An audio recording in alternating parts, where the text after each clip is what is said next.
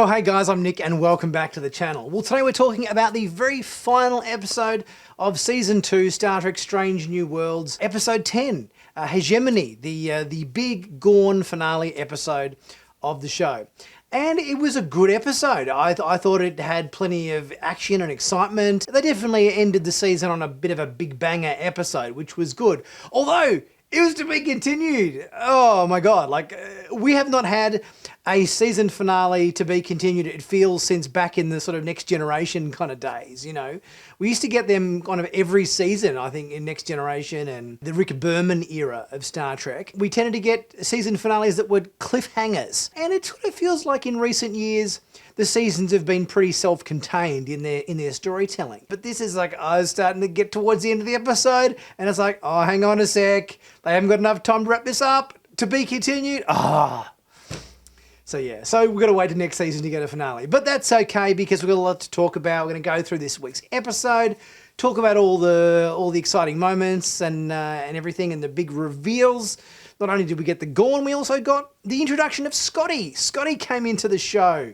We got our first appearance of Montgomery Scott, Chief Engineer under the command of the Enterprise under Kirk. On the most part, I think it was a good introduction for Scotty, but we'll get into one little criticism I have a bit later in the review. So, okay, so let's go through Episode 10, Star Trek Strange New Worlds of Season 2, the big Gorn finale, Hegemony. The episode starts off on a bit of a different tack than what we're used to. It starts off with not an Enterprise captain's log, but a Cayuga captain's log. We've got Captain Marie Battelle doing the captain's log on behalf of them. They're down on this planet, Parnassus Beta, doing a bit of inoculations and a bit of, it's a human colony, but they're kind of just outside Federation space. They're just sort of checking in on them and doing a little bit of housekeeping with them. And we got Chapel and Battelle having a bit of a chat there on the planet. She's obviously catching a ride on the Cayuga to go and start her residency under Dr. Corby, and she's just helping out the Cayuga while they're giving her a ride to wherever she's headed. Battelle gets a call on her pad from Pike. He's just checking in and just, you know, having a bit of chat about some stuff and everything and making sure that she wasn't breaking into song again. I like that. I love the fact that they referenced the last episode. I think it's great that in this series we have self-contained stories, but serialized character journeys and so forth. The story is its own thing, but what they happened to them in last week's episode is still kind of, you know, on their minds, and it's good to kind of see that continuity go through the episodes. Pike sort of acknowledges that by sort of saying, you know, yeah, everything's fine over here, at least we're not breaking into song again, kind of thing, which I thought was good. And you can see that the relationship between Battelle and Pike is growing deeper. Pike's got his little necklace token gift that Battelle gave him back in that episode 4, I think it was, the Lotus Eaters episode. I think, he was still kind of playing with that, and you could tell that, you know, he misses her and that their relationship is growing. Next, we see a Federation shuttle in a pretty fast descent, crashing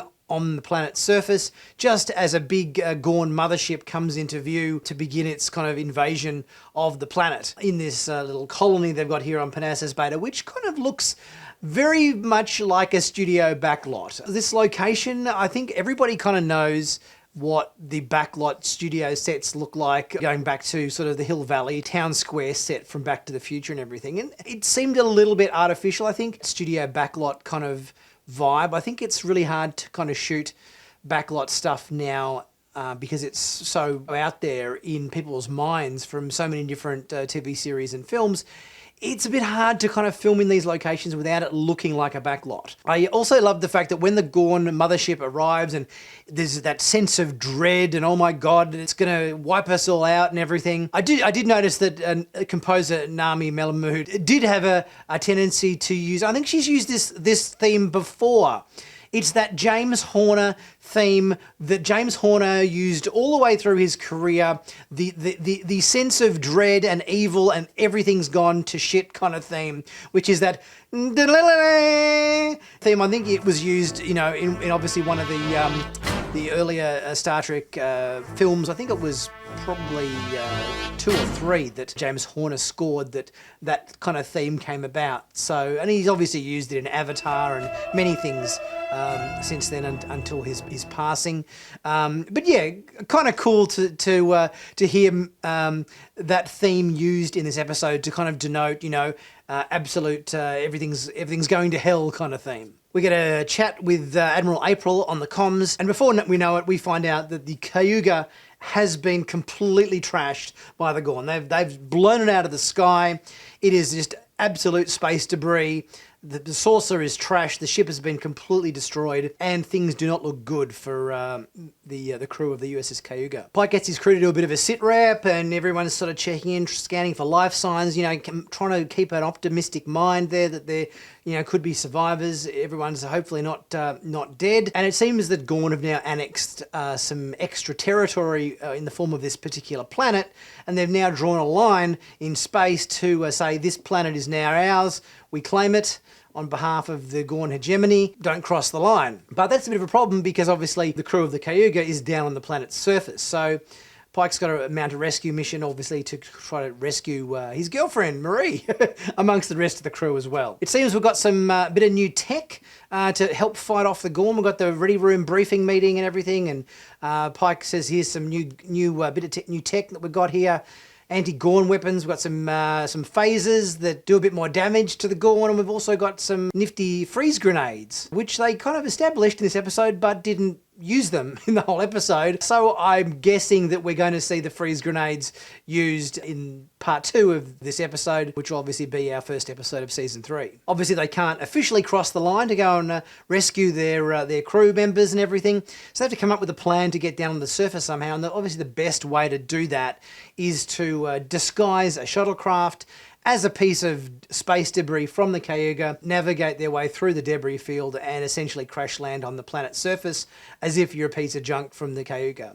And it's a pretty out there plan. Ortigas, who's been asking to come on an away team mission the whole season, going back to the episode with the Lotus Eaters where she had the whole outfit and the hat on and everything, and she was all ready to go, and she had to stay on board the Enterprise. It's good that Pike sort of said, yep, okay, cool, you can come on this away mission because we need your piloting skills to get us down to the planet safely. I like the analogy they used here in terms of navigating the debris field so that the Gorn didn't detect them by using the old zombie movie technique, where they basically slather themselves in zombie goo, blood, guts, and all that sort of stuff in order to walk undetected through the herd of zombies, and then they won't attack you. And they're using that same principle here on the Enterprise. So I like that analogy. We get the shuttle trip down to the planet with Ortigas executing a very high-speed terminal velocity maneuver there, firing up the engines right at the last second. And Pike, even though he used to be a test pilot, it looks like that Ortigas has got him beat on maneuvers and so forth, because even though he's done that, it was a pretty hairy ride down to the planet's surface. We see a little bit of emotion coming through from Spock, just worrying about whether Chapel survived. He fears that the status of the relationship they left wasn't ended on the best of terms, and he was sort of hoping to get a second chance at saying his goodbyes and everything, because the relationship is playing on his mind. They work out the location of this Gorn interference field, which stops anybody from the planet's surface communicating with other starships or being able to beam anybody up or down from the planet's surface. That it's this sort of spire tower type thing, and that they are going to need to take this out in order to beam our survivors off the planet. We get our away team sort of walking through the centre of town. Nighttime, fires are burning. We've got baby Gorn scuttling through the streets and everything. We've got Sam Kirk on his little scanning device, scanning for Gorn and everything. The sound effect of the scanner that Sam Kirk was using, geez, that sound effect is right out of Aliens. Let's face it, the Gorn is like Star Trek's equivalent to the Xenomorphs from the Alien movie franchise. Very, very similar kind of vibe with them in terms of the way they hatch, even the tails and everything. And there's a definite Alien Xenomorph comparison to be made there between the Gorn and the Alien franchise as well. So the fact that they use that sort of scanning sound effect that was right out of Aliens. I think the Space Marines in Aliens and everything were using scanners to detect aliens, and the sound effect was really, really similar. They escape a Gorn swarm by hiding in a barbershop. One of our survivors that they encounter hiding away from the Gorn is none other than Montgomery Scott. Great to see Scotty introduced in this episode. We sort of were wondering, how long it would take before we get a little appearance by Scotty at some point in Strange New Worlds, and I think this was a good introduction of his character. He's a lieutenant junior grade in rank. That tracks, I guess, but he did seem quite a bit younger than he should be. Like if you look at how old, say, Scotty is during original series, he's got to be at least, say, 10 years older than Kirk. Therefore, the actor that was playing Scotty in this episode, therefore should look at least 10 years older than, say, Ethan Peck and Paul Wesley, for example. But he didn't. The actor who played Scotty seemed quite a little bit younger than both Ethan Peck and Paul Wesley. I believe Ethan Peck's in his kind of late 30s, and Paul Wesley is in his early 40s. So the fact that this actor who played Scotty seemed to me to be, around mid-20s, I guess, seemed a little bit of a continuity error there. I mean, I think the actor who played Scotty, really good, did a good job of embodying Scotty. To compare him with, say, James Doohan or even Simon Pegg, who played Scotty in the J.J. Abrams films, I think he did a good job. I think he played a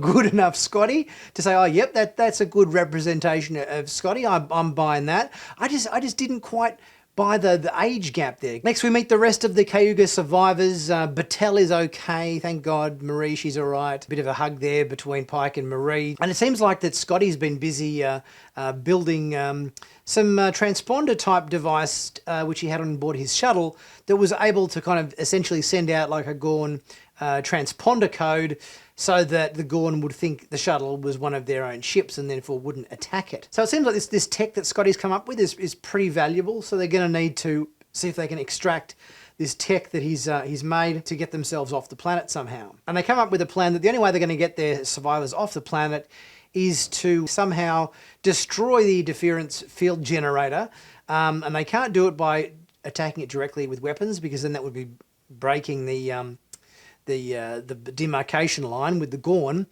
So Spock does a bit of a spacewalk to attach some rockets to the Cayuga's hull so they can sneakily essentially shoot the saucer section down to the planet, disguised as just a bit of burning up space debris, but tweak its trajectory so that it makes sure it crashes into the interference field. Spock says he's the only one that can lead this mission. I'm not quite sure why that was the case. He didn't seem to do anything particularly specialised that would require that he was the only one that could do it.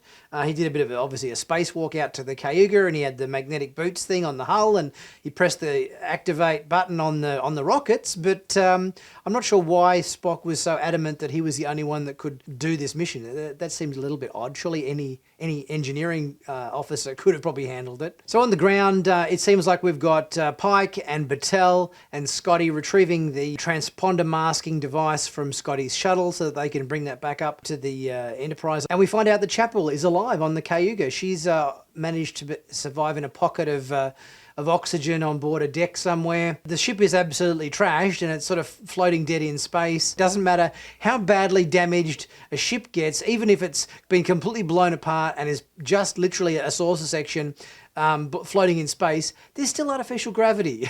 At least in this particular moment when Chapel wakes up and is in sickbay and so forth. It's got life support, but luckily it's got gravity as well. Another little aspect of suspension of disbelief. Although it was good that they had the anti-gravity scene on the bridge of the Cayuga. I think that would have probably irritated me if they'd ended up on the bridge of the Cayuga and that had gravity as well. So I'm glad that they had that scene with Spock and Chapel versus the Gorn on the bridge there in 0 Gs, because that would have just seemed weird. And speaking of which, this is the first time we kind of see an adult Gorn in this episode. We've seen plenty of baby Gorn in previous episodes, and the start of this episode and the episode in season 1 were all like newborn Gorn, but we got to see a fully grown adult one.